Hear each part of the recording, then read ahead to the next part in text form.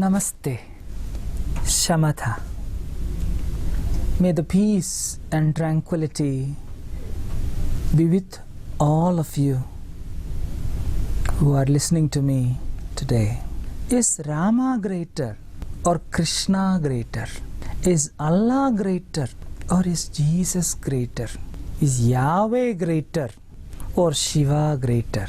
What do you feel about these kind of questions? Does it really matter? When all of us are studying in school, do we go around asking our friends, is your daddy greater or my daddy greater?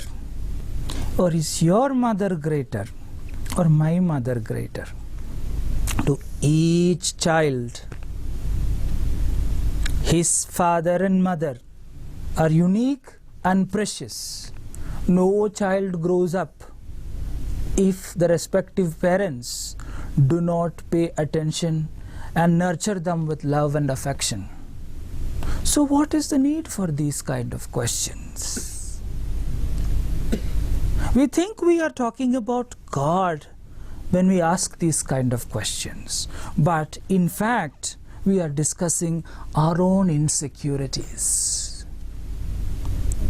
We are ready to trade our parents if a better model is given to us.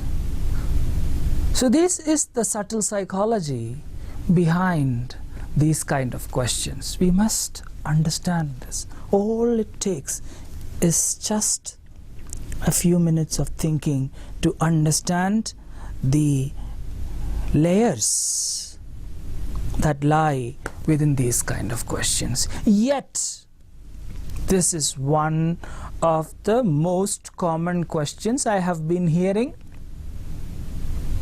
and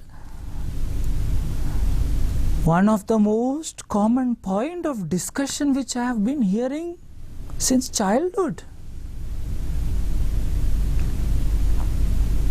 Who can say who is greater than the other?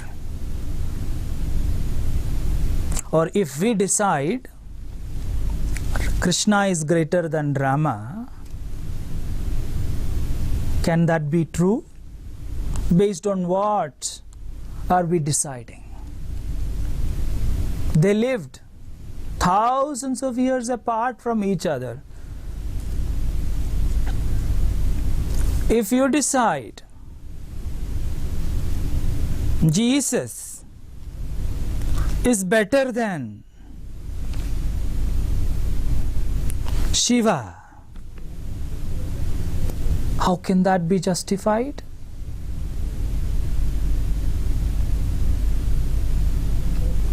If somebody else decides that Allah is better than Yahweh, based on what are we telling all these things? Or if somebody decides that Muhammad was better than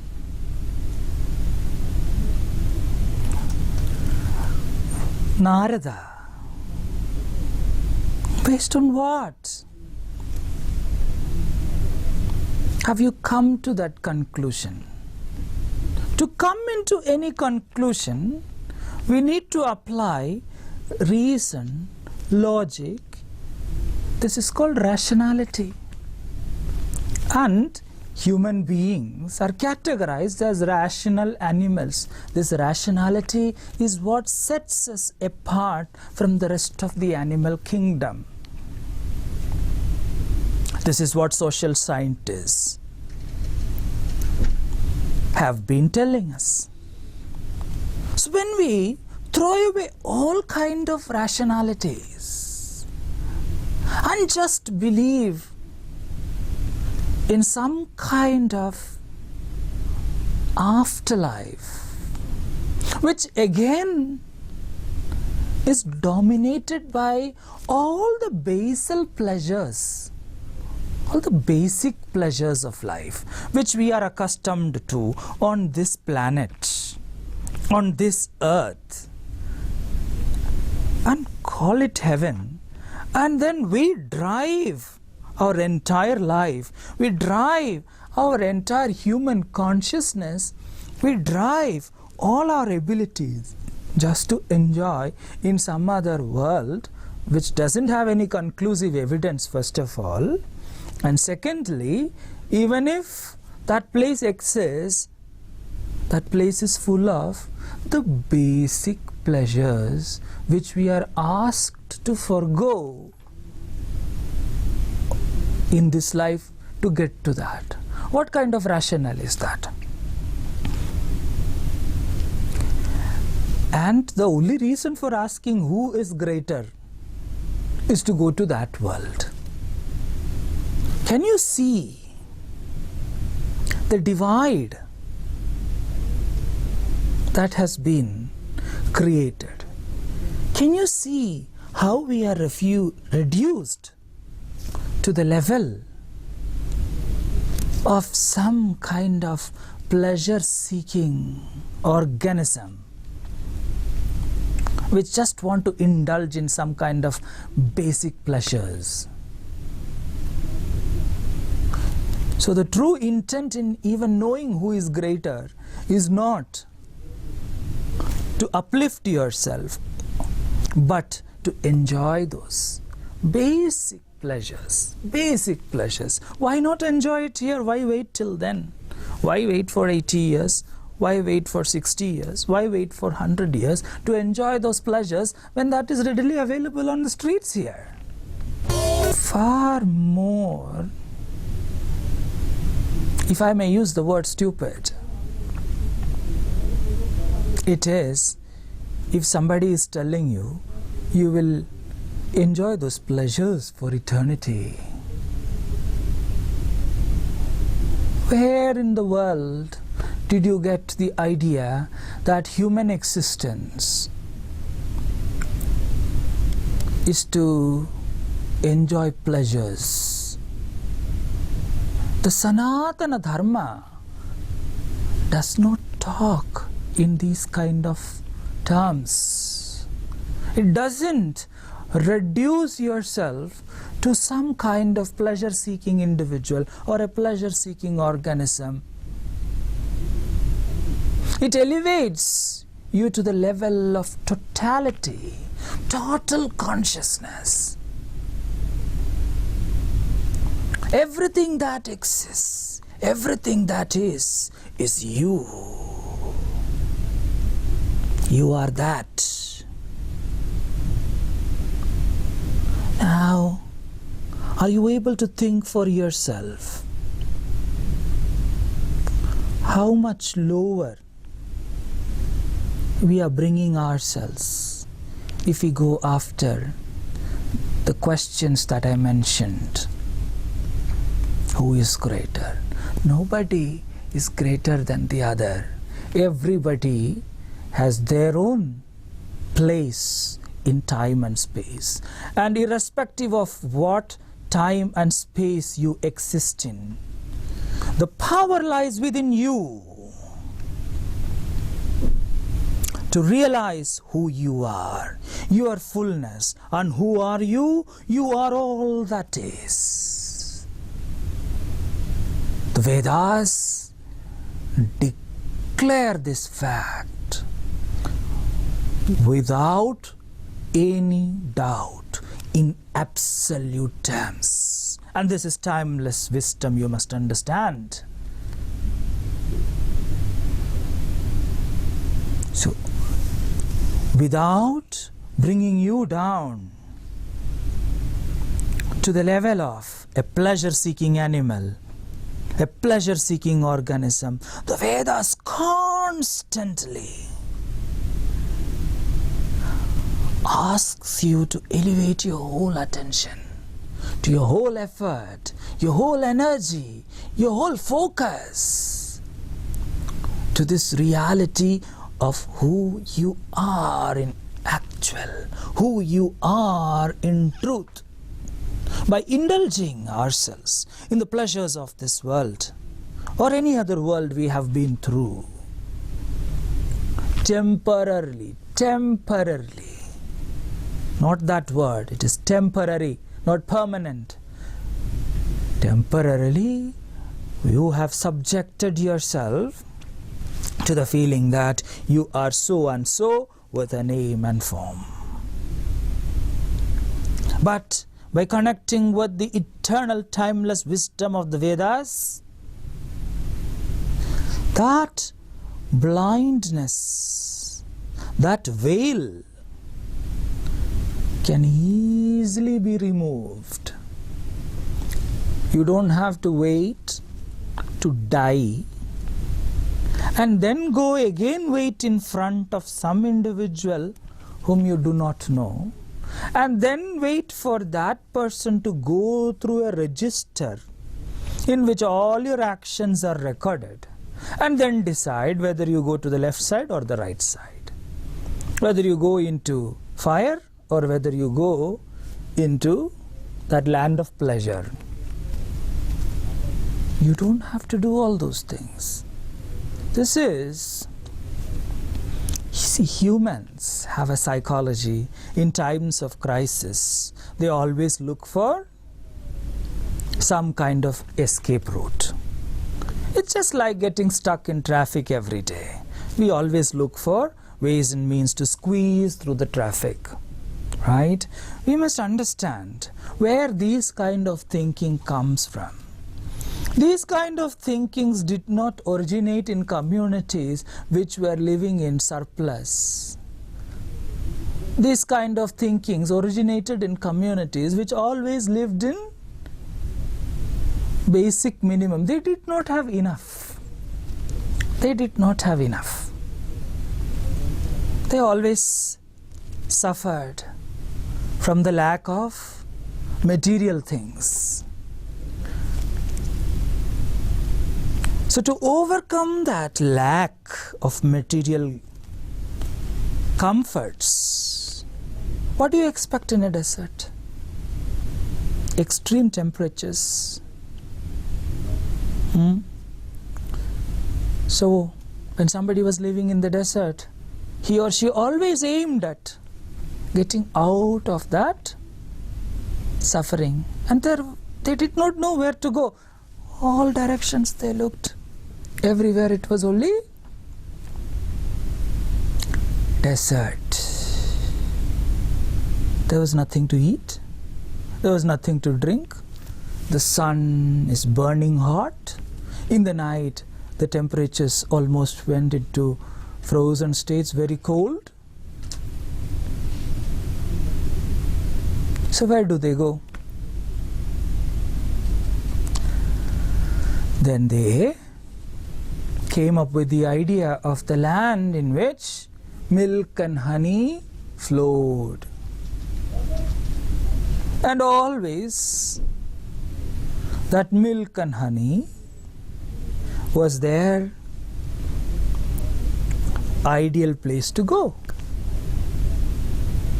And when they could not find that land of milk and honey on this plane, on this planet, they replaced that milk and honey and abundant water flowing by the place where they are living as heaven, as paradise.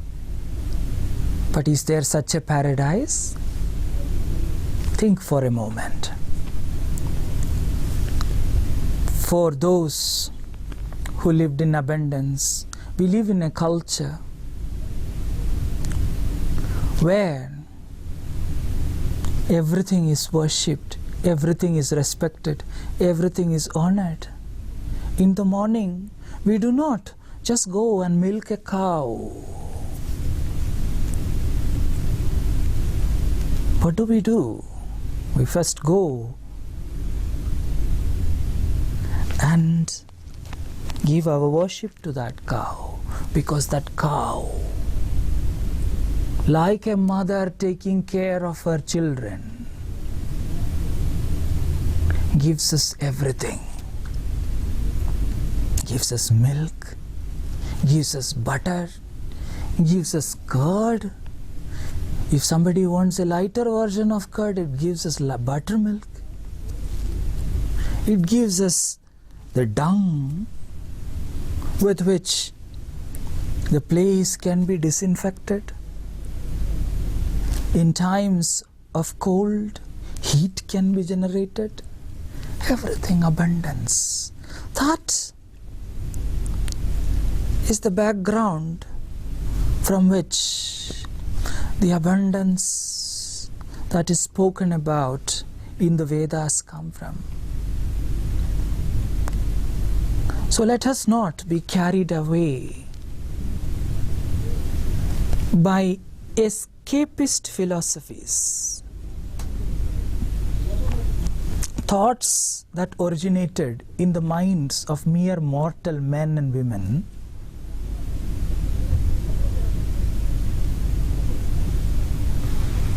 to escape into a world where there is no suffering is not what the Sanatana Dharma talks about. Let us not, under any circumstance, degrade ourselves into thinking so. Let us understand from the standpoint of the Vedas, from the standpoint of the Sanatana Dharma, that you are that. You are everything. There is nowhere you need to escape to. Instead, transform. And that transformation, that philosophy of transformation, that secret of transformation is what is revealed in the Shat Darshanas, the 6 darshanas of the Indian thought process, the Indian way of thinking in the Sanatana Dharma. Timeless wisdom is codified into practical vision. That is what the Shat Darshanas are all about, the 6 darshanas, which are Mimamsa, Nyaya, Vaisheshika, Sankhya, Yoga and Vedanta. Vedanta and Yoga are hot cakes in today's world. Many people know these words, but they don't know what it is. Walk on 2 legs, don't we? As human beings, we walk on 2 legs, not on our head. But there are times when something falls down and you have to get it. You may even stand on your head to get it. So that part of yoga, the Hatha Yoga, is a technique to get certain things, not something to be perfected, but it is only a means. If you understand the Shat Darshanas in real, you will know the timeless wisdom codified into techniques. And there is a practical aspect and there is a science behind it. Sankhya is the science behind it. And Nyaya and Vaisheshika are the practical aspects of it. And Mimamsa eternalized it through the Vedic practices. And Vedanta is the sum total of all that experience. So nobody can claim absolute right to one of the darshanas. All the darshanas have to come together like the 2 palms coming together in prayer.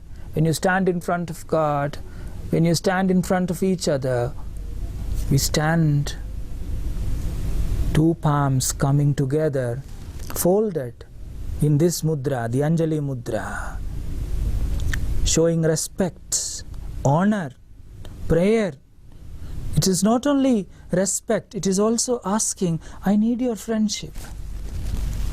It is friendship and honor going together. You all are familiar. Give respect and take respect. When you give respect, what do you get in return? You always get respect in return. If somebody is not doing that, do not be disheartened. It will come sooner or later. Don't be disheartened by tiny instances of disrespect. Those who persevere, those who stick to the codes which has been given by the Sanatana Dharma, you will not be left to suffer. These practices will elevate you to the real consciousness to which you truly belong to. So would you ask ever, who is greater? Nobody is greater than anybody. Everybody had their roles in the time and in the space they lived. And so have you got today, in this time and space that you are living in. Do you recognize what that role is?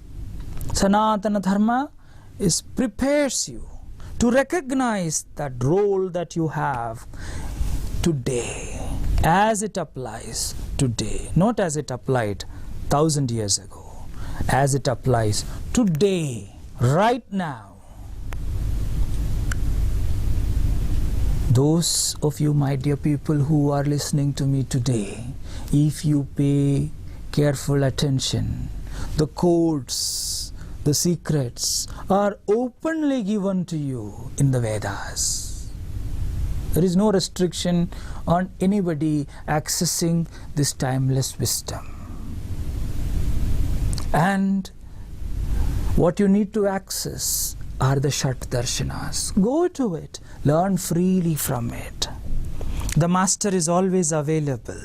The Guru is always present for you to give you that wisdom.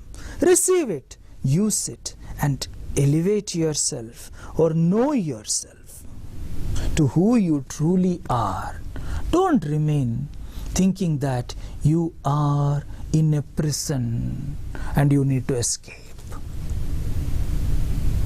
You are not in a prison. You are all that is. If at any time, if your thoughts are telling you that you are in a prison, please remember my words. Those are just thoughts. You can change it immediately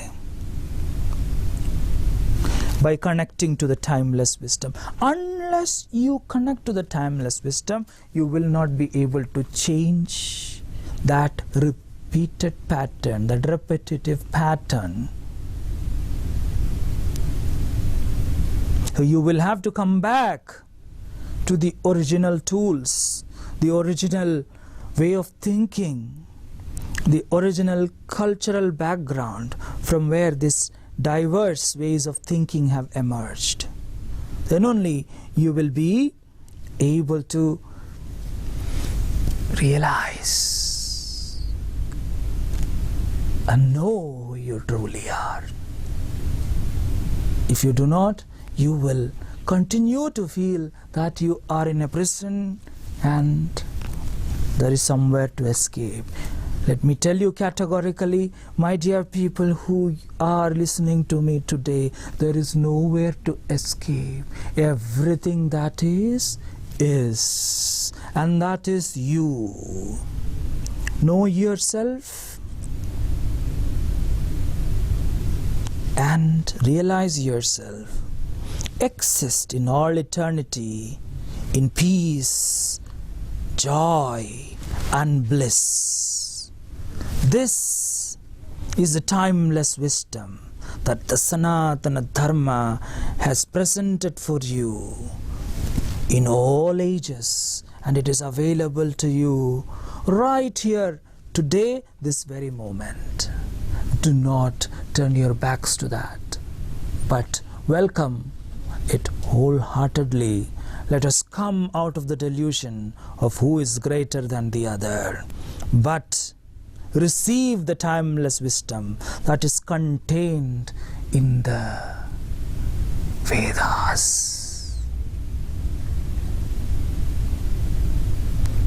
And when we have that awareness, we will not desist from bowing down to all the masters who have revealed that truth to us according to time and space.